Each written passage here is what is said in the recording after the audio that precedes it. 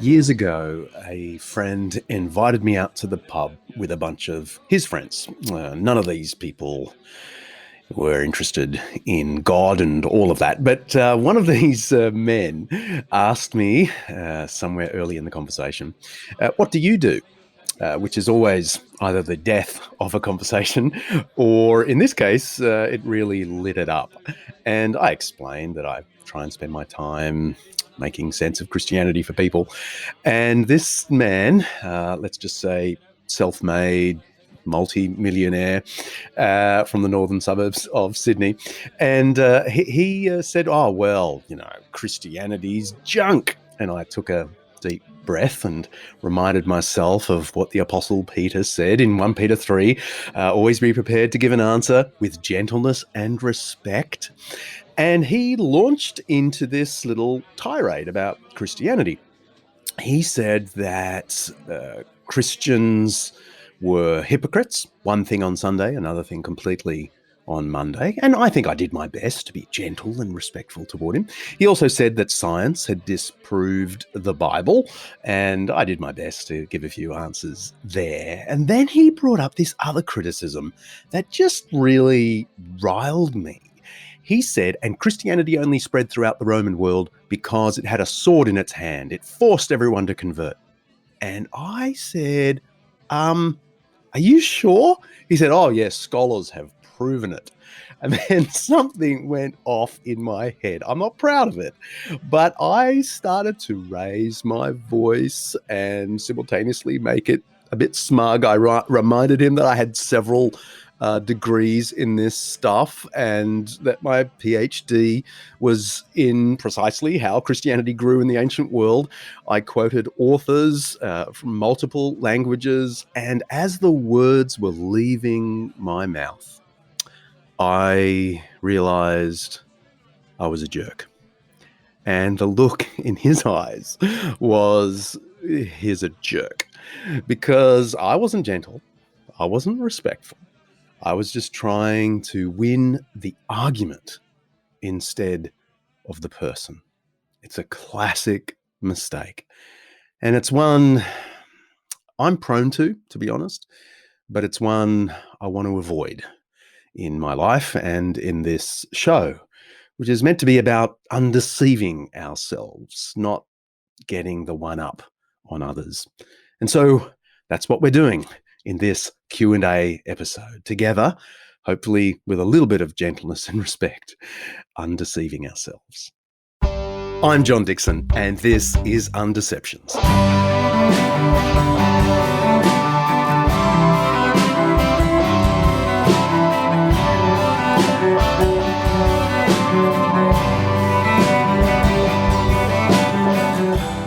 Undeceptions is brought to you by Zondervan and their new book, 2084, Artificial Intelligence and the Future of Humanity, by Undeceptions' own John Lennox. Every week, we'll be exploring some aspect of life, faith, history, culture, or ethics that's either much misunderstood or mostly forgotten. With the help of people who know what they're talking about, except for this week, we'll be trying to undeceive ourselves and let the truth out. Michael asks, what do you see are the facts regarding evolution compelling us to accept it as a significant scientific theory? Belinsky says the facts are unforthcoming, that is, there aren't any, and he says the theory is not compelling. He says it's not even persuasive. The only thing usually presented to us as compelling is the fact that most scientists accept the theory, which means it then becomes an issue of counting noses. So what do you see are the compelling scientific facts of the matter? Michael's question is sparked by episode 2 of this second season, called 6 Days, in which I interviewed Jack Collins, who's the professor of Old Testament at Covenant Theological Seminary. I loved that conversation. We talked about the tendency for atheists and creationists to cling to a more concrete or literalistic reading of the book of Genesis. And he said that there are other options open to us. It's well worth a listen. We'll put a link in the show notes. To Michael's question, look, I believe in evolution, in the same way that I believe in, say, Genghis Khan and the expansion of the Mongol Empire toward the door of Europe, because I've read a book or two on that topic, and I think I've worked out pretty much what the scholarly consensus is. So I just accept it. Ditto evolution, actually. And the thing is, I regard the theological significance of evolution as about the same as the theological significance of the Mongol Empire. I really think the early chapters of Genesis are plainly metaphorical. So I have total freedom to accept the consensus of scientists on evolution. I don't hold it dogmatically. I'm not sort of dogmatic about the science of evolution, just as I don't hold dogmatically what I know about the Mongol Empire. I'm pretty relaxed about both. And I know other Christians don't see it like that, and I'm relaxed about that too. Mary asks, if Genesis isn't meant to be read literalistically, what do we make of the biblical account of Jesus' genealogy, which traces Jesus back to Adam? Yeah, we received quite a few questions about the historicity of Adam and Eve, and of course that followed the Jack Collins interview as well. Again, Christians come to different views on this. Personally, I don't think the story of Adam and Eve is a concrete story. There are, for my liking, too many indications of its symbolic nature. The word Adam actually means mankind more than it actually being a name. There's the tree of life, a tree of the knowledge of good and evil. These sound like pictures, not actual trees you can go and see. Talking snake as well. All of these sound more like parable to me than history. I'm open to it. I mean, if this fell in a plainly historical text and there was a talking snake, as a Bible believer, I would accept the talking snake. It's just that the form of the literature suggests it's more of a parable. That said, I think it's a parabolic retelling of a true event. This is where the subtleties come in. I mean, there had to be a first human pair who were in relationship with God. And this is a picture of their fall from that relationship. It's told as the story of that first pair, but also it's told as the story of Israel, who were given a land or garden, given a law. They disobeyed the law and were kicked out of the land, out of the garden. It's Israel's story, but it's also the story of all of humankind who know the will of God and reject it. Did Jesus and Paul think Adam was factual? I'll be honest and say it's hard to know. The references to Adam in the New Testament, particularly the way Jesus is said to be the new Adam, could be concrete references. They could also be literary references. Just as Adam in the Genesis story is said to have brought spiritual death, so Jesus brings eternal life. It could be like my saying, I love Buff just as Romeo loved Juliet. The reference to Romeo and Juliet is just a literary reference. It doesn't matter that Romeo and Juliet didn't really exist. My love can still be concrete, even if I'm referring by way of literary reference to Romeo and Juliet. By the way, there is one clear example of this kind of literary reference in the New Testament itself.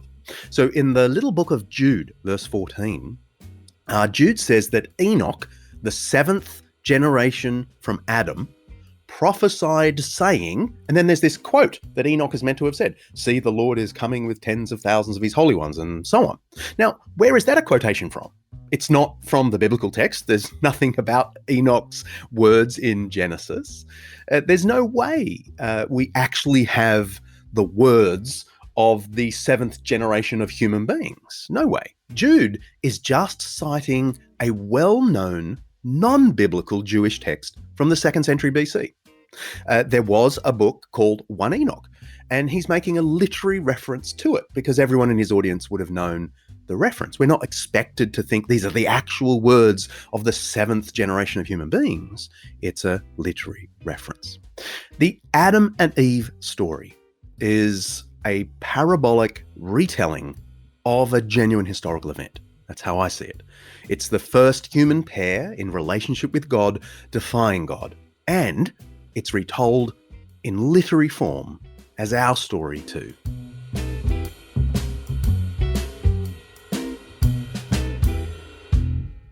Hey, Mr. Dickson. It's nice to talk to you. But another thought a friend of mine had is in the biblical account of the Tower of Babel. It discusses how God changed all of the languages of the people. I don't know if it would be an unreasonable reading of Scripture to infer that God did not stop there, that they were a homogeneous group of people prior to that, but he perhaps also created different colors of people then, and perhaps even changed different genetic traits of people at that time. So just a thought I thought I would pass on. Thanks for all you do. Hey, well, Blake, you won't be surprised to hear me say, I think the whole Babel story is a parable. It's told in a really stylized way, quite unlike historical prose. In fact, if you look at the technical commentaries on that passage in Genesis chapter 11, it's a perfect chiasm. A chiasm is a literary form we know from the ancient world, where the first bit of the story corresponds to the last bit of the story. The second bit of the story corresponds to the second last bit, the third to the third last, the fourth to the fourth last, and then there's always a middle section that doesn't have a mirror, doesn't have a counterpart, and that's usually what tells you what the story is about. In this case, the middle line is God came down. My basic view, and it's a view shared by many biblical scholars today, is that the first 11 chapters of Genesis are very different from the historical narrative that begins in chapter 12 with Abraham. And one of the keys to the whole way that this works, how Genesis 1 to 11 is, as it were, answered by everything that comes afterwards, is the way the word curse appears in Genesis 1 to 11 in 5 key places. And so it's like this idea that human beings are cursed, that the earth is cursed, that this is what's wrong with the world. And then suddenly at the front of chapter 12, where it suddenly is the history of Abraham, in just one paragraph, where Abraham is called to follow God and be the first person who's part of the people of God, the word blessing, which is the antonym of curse, appears 5 times. It's like all that's come before in the prehistory is now answered in the history that we're about to read in the story of Abraham and the Jews and the unfolding grace of God in Jesus Christ and so on. And while we're on the topic of the Old Testament, over the past decade and a half, really, I've been kind of maneuvering myself towards writing a book which explores where I think ultimately the values of humanism, of secularism, of liberalism that I hold actually come from. And this was a quest that was sharpened for me by writing a book about the origins of Islam, where I was essentially making the argument that a lot that Muslims believe about the origins of Islam are actually mythic, are back projections. And it was a repeated complaint of Muslim critics that I would never dream of doing the same to my own beliefs and values. Right. So in a sense, Dominion is an attempt to do that. Mm-hmm. That's author and historian Tom Holland talking about his book Dominion, in which he discovers that all of the West's most cherished values actually find their origins in the Christian faith. He's a fascinating scholar. I love him. Rebecca asks a question arising from some of Tom's other thoughts.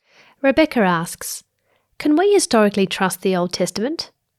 I'm currently reading the book Dominion by Tom Holland, and in the chapter Jerusalem, he discusses the idea that Judaism was initially a polytheistic culture that was revised to a monotheism in the many rewritings of the Old Testament. The evidence for this, he writes, is in the Bible itself. Rebecca helpfully gives us some of Tom Holland's proof texts, Psalm 82, 1 Kings 12, Hosea 8, verse 6, where multiple gods are mentioned. Look, I must say, Tom's view is a very common one amongst Old Testament scholars. Monotheism is such a puzzle as to where it came from, that many scholars find it difficult to believe the Jews could have held on to monotheism as long as they did. There are all these hints in the Bible that Jews were polytheists, believing in many gods. And you know what? The archaeology indicates the same thing. Lots of little shrines and idols have been found throughout the biblical period, throughout Israel.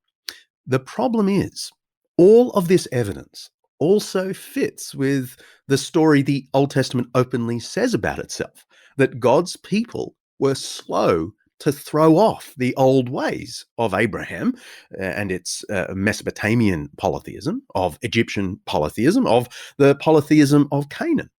But that's kind of the punchline of the whole Old Testament. God's own people who knew there was just one God actually worshipped lots and lots of gods. They sinned against the Lord. This is a striking theme through the whole of the Old Testament. The Bible and the archaeology don't contradict the kind of biblical claim about monotheism. They are the biblical claim. The people of God disobeyed what they knew was the truth. None of this changes the fact that the Israelites, for as long as they were conscious of being Israelites, knew they were meant to worship just one God. And just in passing, another question from Lynn came in about Tom Holland, saying that he suggested in the same book that Jesus was actually a slave, and his manner of death, crucifixion, proves it. Look, frankly, I'm not super confident that Tom really argues that. I mean, it's true that slaves were very frequently crucified because crucifixion was like the lowest of the deaths. But so were many other people, many other kinds of people faced this extreme punishment because it was reserved for extreme criminals, especially those guilty of sedition against Rome. And that's what Jesus was accused of. There is plenty of evidence that non-slaves were crucified. And that's as neat a segue as we could ask for Mark's question. Mark writes, I just finished listening to Rhett and Link of Good Mythical Morning fame share the deconstruction of their faith. Rhett especially focused on the intellectual challenges he'd had with his Christian faith, particularly around the trustworthiness of the Gospels, after reading Jesus Interrupted by Bart Ehrman. I'd value your thoughts on the arguments made by Ehrman against the Gospels. Look, Bart Ehrman is a fine scholar. He's not one of those nutters that you see wheeled out at Christmas and Easter time. But the thing I've always felt about Bart Ehrman, in both his popular and his academic work, is that he's one kind of author in his popular work and another kind in his academic work. I mean, his main academic specialty is textual criticism, the study of the various manuscripts we have for the New Testament. That is the thing he's well known for in scholarship. And in that work, he notes the variations that we have in our New Testaments, the sort of things that we talked about actually in episode 1 of season 1. What was that called? Old Papers or something like that. And he makes comments about the certain influences that might have led to the variations we find in the New Testament copying. But the thing is, his scholarly suggestions are usually couched as suggestions. And then suddenly in his more popular works, he amps it up. Maybe that's the right way to put it. He makes it sound like the New Testament is unreliable because of all these variations in the text. But frankly, I think a lot of this is aimed at Bart Ehrman's American context. He used to be a fundamentalist Christian, he says, and a lot of his work seems to be aimed at throwing bombs into fundamentalism, where, you do meet people who almost think that the Bible fell out of heaven without any variation. And in that context, I guess, Ehrman's complaints make sense. But Bart Ehrman knows as well as anyone that the New Testament is still the best attested text of the ancient world, better than Tacitus, Josephus, the Aeneid, and all the other texts historians rely on for understanding the ancient world. Our next question comes from someone who is puzzled about the approach of those weird people called historians. Anthony writes, In talking about miracles and the resurrection, and then talking about that faith is based on the evidence of witnesses, why can't the secular historians then say that the evidence is strong or weak for trusting the resurrection? They make this judgment for other events in history and archaeology by saying there is a 90% chance that this is the place or that this event occurred. Well, Anthony, history is a game with certain rules, like other games. Some historians happen to believe in God and miracles, and some don't. But we've all sort of worked out that if we're going to play on the same field together, we have to settle on rules that we can all share.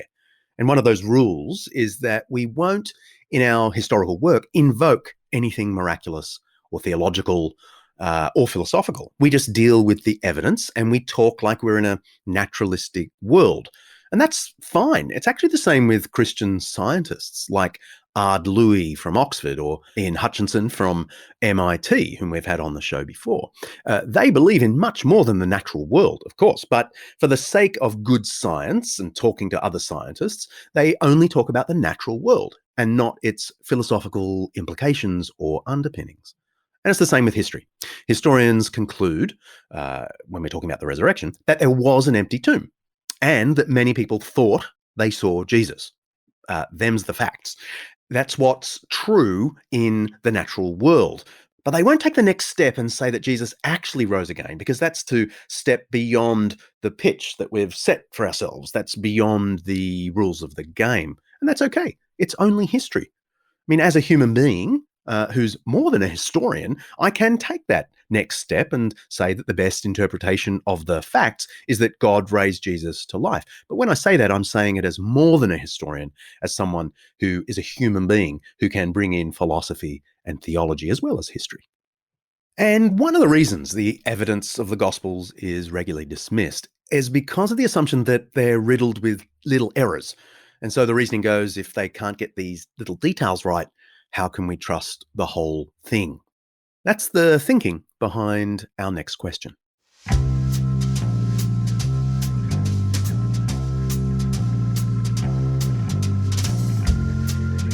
TJ says, I was told recently that Matthew misreads the prophecy in Zechariah 9:9 regarding the colt. Matthew says Jesus used both a donkey and its colt. The prophecy says a donkey, a colt, the foal of a donkey. Apparently there's minor punctuation that makes Matthew's misreading likely. The implication is that Matthew misread the prophecy, then adjusted his story to make it look like Jesus was the Messiah. I know Matthew uses a lot of liberty when referencing Old Testament passages. However, I find this one a little disturbing because it seems to show Matthew making a mistake. I'd like to know how you approach that issue. Well, if it's a mistake, it's a tiny one.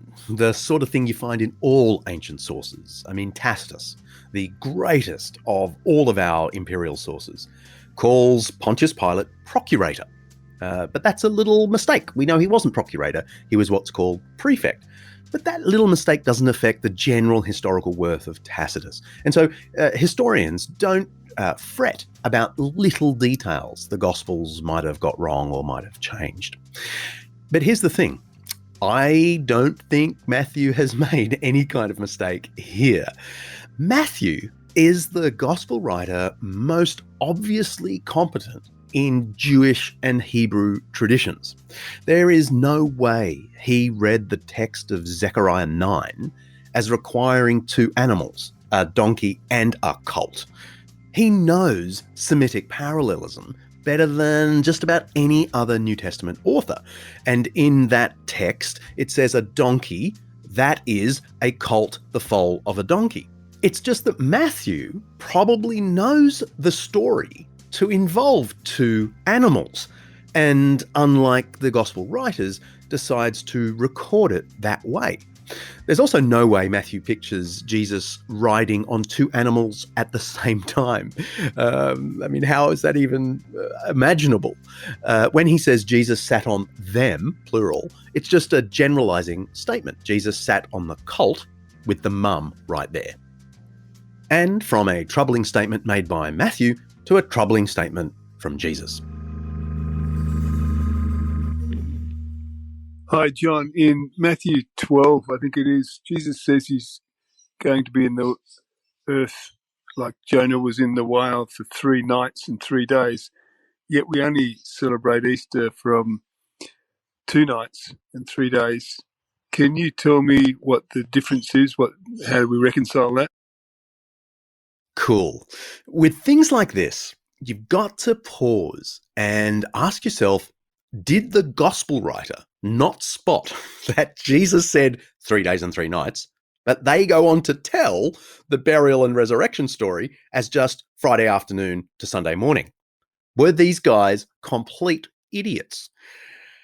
If they knew Jesus died on a Friday and rose on a Sunday, and yet still recorded him as referring to 3 days and 3 nights, we have to assume there's a way of understanding 3 days and 3 nights as referring to the same period.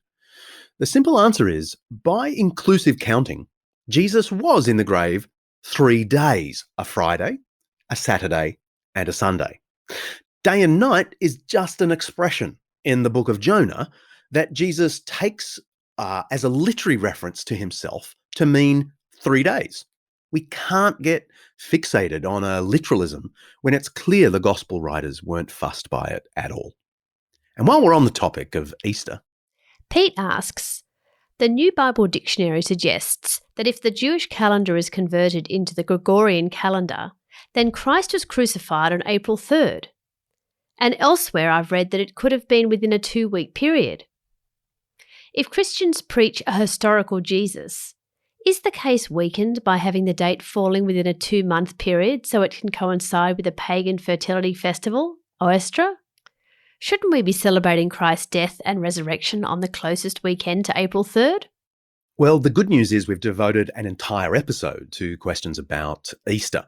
It's episode 4 of this season, called, appropriately, Easter Myths. So let me refer you to that for a much more detailed examination of all this stuff. But for one thing, Easter has nothing to do with the pagan deity Ostra or Ishtar or any of the other variations people have offered. Easter isn't even called Easter in its earliest days. It was called Pascha or Passover. And most languages still call it some variation of that. So the linguistics just don't work. Easter goes back to the Passover festival. So the question is, which calendar should we follow? And it's a complicated matter. What about the Jewish calendar? In which case, our Easter will move all over the place because the Jewish calendar has Passover falling on the 14th of the lunar month of Nisan. It rarely falls on a Friday to a Sunday. So, if we go with your idea of April 3rd, try and lock it into the Gregorian calendar, that will also very rarely fall on a Sunday. And Sunday was a really big deal for the early Christians. So they had to work out a way that would be a kind of convention to mark the day without anyone thinking it was the actual day, like a birthday or something, that still made sense. So the early church invented a rule, at least in the West, that basically said when the spring equinox comes around, which takes you basically into Passover season, we'll make Easter whichever Sunday follows the full moon following the spring equinox. I know that sounds complicated, but it's actually a pretty good solution to the problem. And that's it for easy questions. We've saved all the really tough ones for after the break. St. Paul versus Jesus. Can women preach? The existence of God and the ultimate head scratcher, God and the origins of evil. All of this after the break. This episode of Undeceptions is brought to you by Zondervan Academic's new book, Jesus and the Powers, by N.T. Wright and Undeceptions' favourite, Mike Bird. Should Christianity have anything to do with politics? I mean, you could argue that Christians have done more harm than good once they get a whiff of power. Mike Bird and N.T. Wright address this question and other questions in this magnificent overview of the political implications of the Christian faith and the church's historical engagement with the powers and principalities. They shed light on current geopolitical events and ask, what would it look like if there were a faithful Christian response to crises like the Russia-Ukraine conflict, the China-Taiwan tension, political turmoil in the US, UK, and Australia, and the problem of Christian nationalism. They build a pretty convincing case that Jesus' teaching about the kingdom of God confronts all forms of power, Christian and atheist, and calls on us all to support a pluralistic democracy where everyone, regardless of religion or irreligion, has a role to play in working toward the good of society. Whether you're a believer or a skeptic, I'd say this book will be an eye-opener. You can order Jesus and the Powers on Amazon, of course, or head to zondervanacademic.com/undeceptions to dig a little deeper and see if you really like it. That's zondervanacademic.com/undeceptions.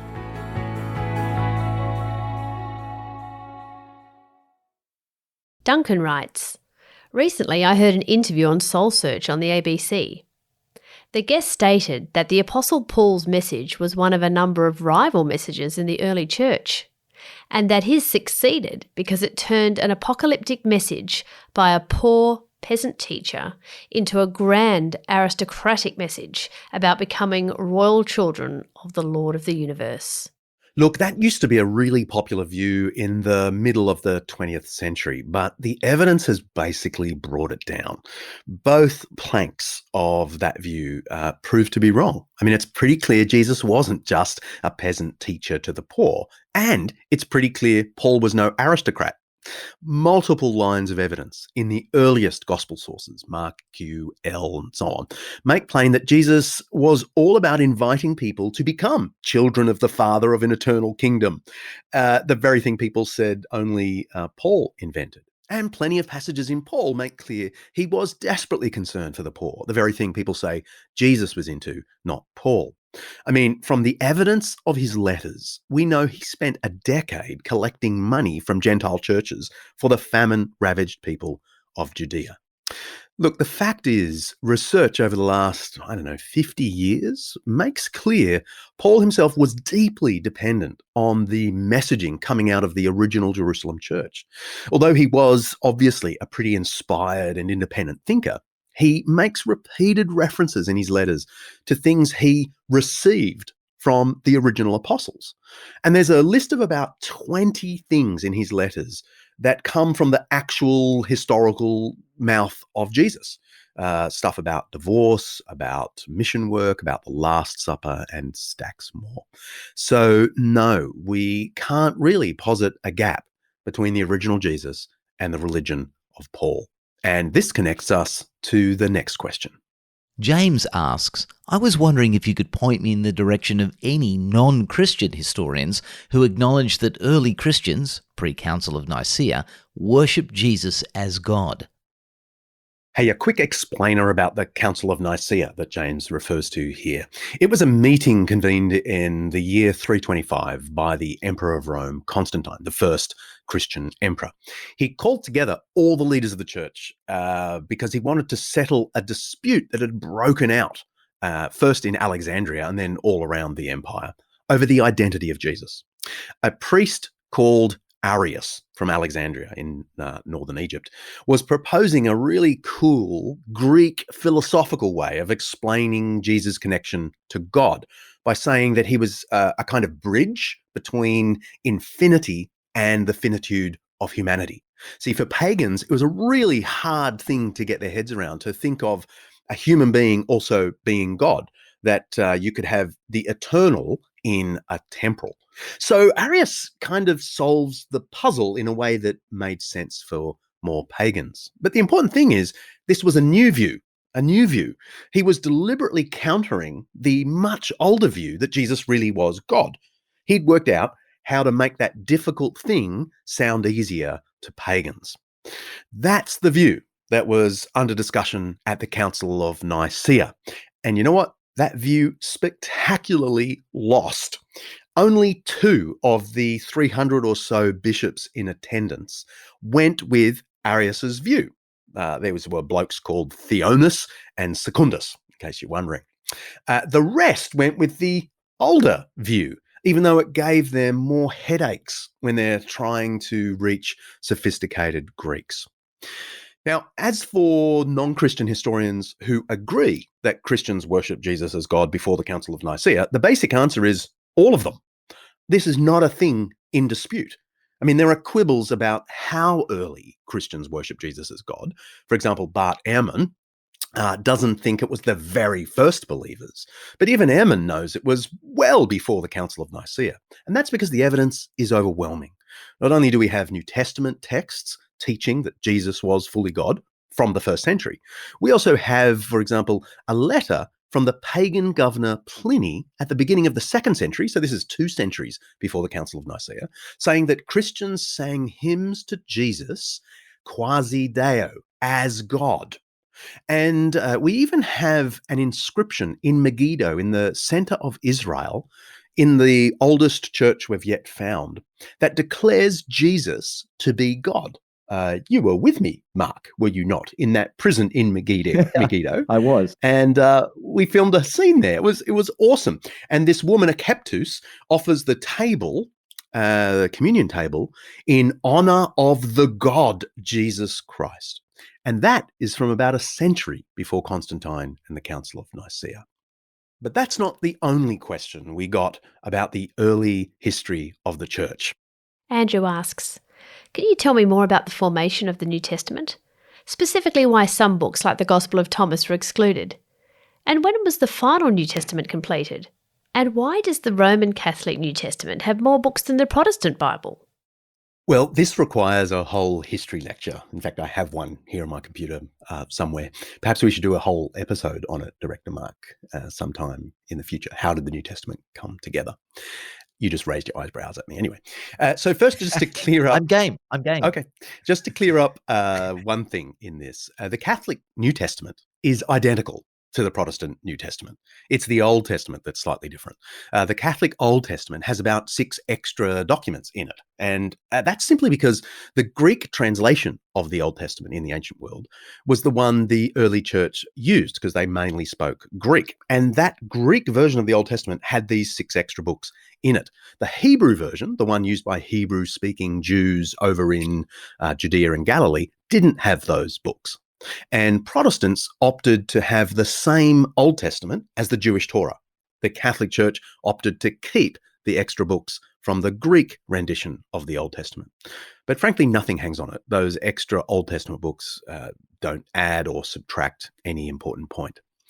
As for the Gnostic Gospels, they were never contenders for the New Testament because they were all too late. They popped out of nowhere in the middle of the 2nd century, so well over a century after Jesus, in a period when the 4 Gospels were long accepted as the Gospels. The church was rightly suspicious of these sort of nouveau Gospels and just left them to one side. As for how the New Testament came together, this is a big deal, but let me just give you the punchline. It's clear that the 4 Gospels, the book of Acts, and the letters of Paul were all regarded as authoritative scripture by the early 2nd century. How do we know that? Because we have lots of other early Christian texts in the 2nd century that quote the Gospels, Acts, and Paul as authoritative texts. It's true that there were later quibbles about the book of Revelation, about James, 2 Peter, and so on. And it would take too long to explain why and how we got those books in the New Testament. But the crucial point is that long before there were any church councils to discuss the full extent of the New Testament, 80% of the New Testament was already universally accepted as scripture. The first Christians didn't choose that stuff. They just recognized that it came with apostolic authority from the apostolic period. Of course, asking where the New Testament comes from opens the door to a host of other questions, which we have coming up. Hi, John. My name is Ashley, and I live in Houston, Texas, and have really grown up in church, mostly Southern Baptist, but part of a non-denominational church now, and was given your book, Hearing Her Voice, as a birthday gift a couple of months ago. And I just finished it, and then actually more recently found your podcast. So in my exploration of this topic of whether women can preach, I've done a lot of research on complementarianism versus egalitarianism. And it occurs to me that there's a lot of evidence for both sides of that argument. I would just love your insight and your thoughts on how it's possible that both of those positions could actually be maybe not incorrect, but incomplete, and how they are complete when they're put together. I would love to know the answer to that question. Thanks for your podcast. Thank you for your book. It was beautiful and refreshing, and I may or may not have cried at the end. All right, bye-bye. Thanks, Ashley. Thank you. Look, to be honest, I didn't want to include this one, but director Mark and producer Kaylee said I have to. So here we go. Just before I get to that, though, let me do a quick point back to an episode just a couple of weeks ago, Remembering Women, episode 22. It's a brilliant discussion, not so much of this question of women's ministry, but of the role of women in early Christianity for the first 5 centuries. I thought our guest, Lynn Cohick, was spectacular. Now, let's start by defining some of the terms. Egalitarianism, for those who don't know, is just the view that men and women can and should be doing all the roles in the church together equally. Complementarianism says that men and women are complements, not exactly the same, and that some roles are not completely the same for men and women. So, to my view, I think the Bible is totally cool with women preaching sermons in church. Here's my argument in a nutshell. First, the New Testament makes a clear distinction between different kinds of what we call preaching. So there's teaching, prophesying, exhorting.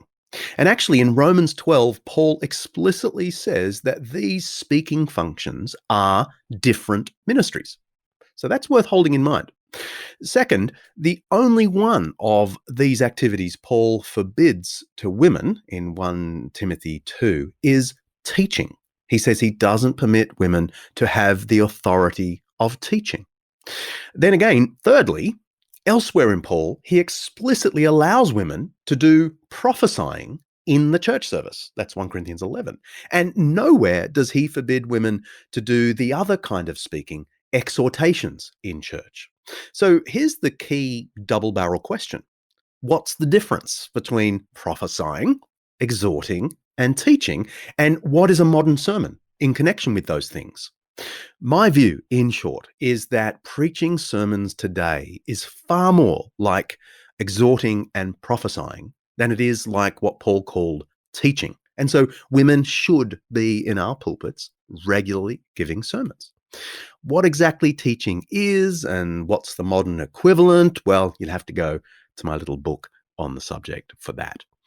Now, with all these kinds of controversies, I just want to flag that above all, we've got to cut each other slack. Over the years, I've come to genuinely believe that strict complementarians are not misogynists. I mean, some are. And I don't think egalitarians are compromisers of the faith, although some are. When decent arguments can be made on both sides of a question like this, Christians need to go easy on each other and just give each other the benefit of the doubt. 2 final questions about God. Kathy says, I noted the comment you made that all things, whether good or sad, come from God. I'd like to hear you talk more about this. In particular, are you saying that sad things involving evil come from God? Is God responsible for evil? Several listeners sent in this question, and it's not an easy one to answer. And you've got 2 minutes to do it in. Yeah, always the encouraging person, Director Mark. Thank you very much. Although I guess I deserve it, given our outros. I was obviously too vague in those remarks Kathy refers to, and I'm sorry about that. I don't believe God is the author of evil in the sense that he's pushing evil along, directing people to do bad things like robots, or causing mutations and viruses and so on. But nor do I go to the other extreme and just say God has nothing to do with these things, that he's hands off, that the devil does them and God just, has to permit them or something. My view of God's connection to evil ultimately derives from my general view of God's connection to all matter in the universe.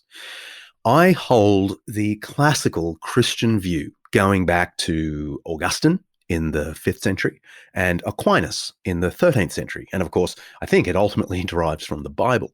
This basically says that God is the only truly existing thing. He's the only thing that has existence itself, who is existence itself. And he lends existence to every particle in the universe at every moment. So Hebrews 11 in the Bible says, everything exists for God and through God. Revelation 4 praises God, saying, you created all things, and by your will they have their being. Or Paul in Acts chapter 17 says, in him, God, we live and move and have our being. Or if you want a more nerdy philosophical way of putting it, Thomas Aquinas in the 13th century said, all things are subject to divine providence inasmuch as they participate in existence. This doesn't mean God is pushing the murderer to murder, but it does mean that God is upholding, giving existence to every particle in the murderer, even at the time of the murder. In that sense, God is present in and ultimately responsible for all things at all times, even though that doesn't make him the one doing the evil. There's a lot more literature on this, and I might point you to some stuff to read in the show notes. The final question pushes back to an even more fundamental issue, the existence of a personal God.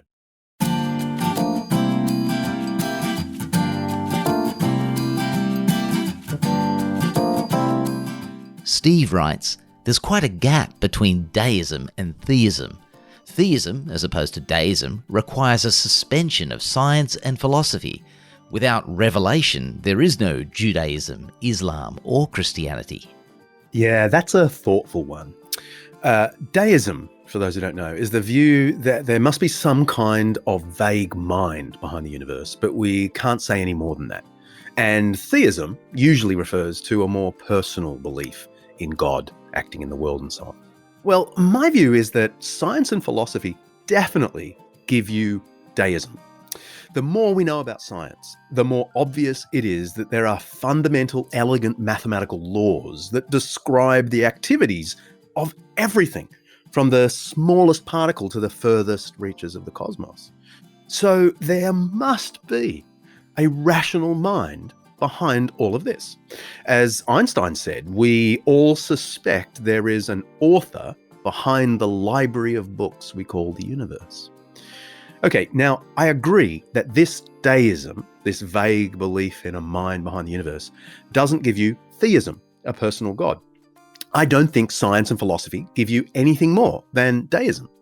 And it's interesting, by the way, that even atheists like Richard Dawkins come close to saying they think a decent argument can be made for a vague deism.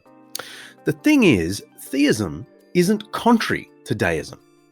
It doesn't require a suspension of science and philosophy.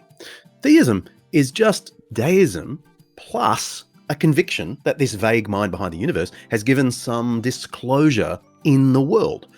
It is deism plus revelation. Now, here's the thing.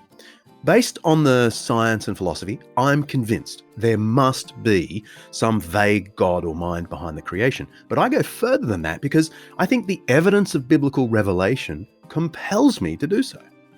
Only in the Christian faith is there a tangible X marks the spot on the world stage, indicating that the vague God of our universal hunch has touched the earth.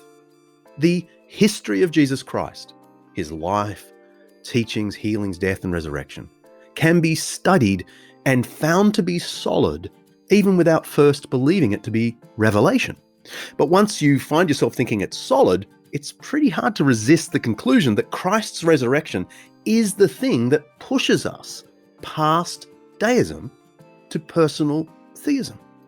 Science and philosophy teach me deism, but the life of Jesus directs me to full-blown personal theism.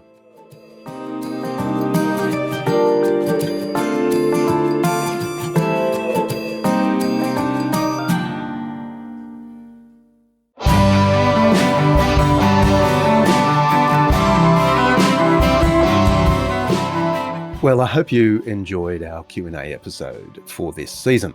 And if you've got more questions, I'd love to hear them. You can tweet them via @Undeceptions, send us a regular old email, questions@undeceptions.com, or go over to undeceptions.com website and click the record button, and we'll get to hear your voice. While you're there, check out everything else related to the show and to the individual episodes. If you've liked our show, then I want to nudge you gently to have a look at Life in Wartime with David Robertson and Stephen McAlpine. These are two great thinkers. This is a new podcast, part of the Eternity Podcast Network.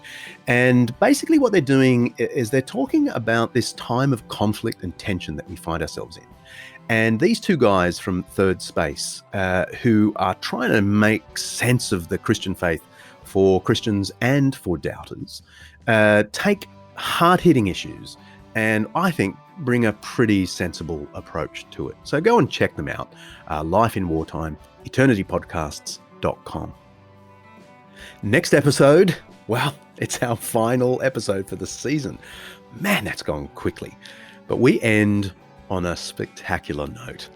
We're going to introduce you to Rachel Gilson, the author of a brand new book, Born Again That Way.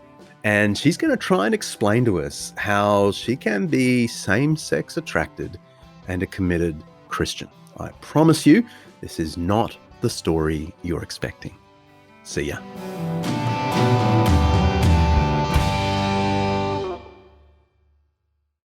Undeceptions is hosted by me, John Dickson, directed and produced by the ever-encouraging Mark Hadley, with some help from Kaylee Payne, who is truly encouraging. Our theme song is by Bach, Johann Sebastian, arranged by me and played by the fabulous Undeceptions band. Editing by Bryce McClellan. Head to undeceptions.com and you'll find show notes and all sorts of other stuff related to our episodes. God bless.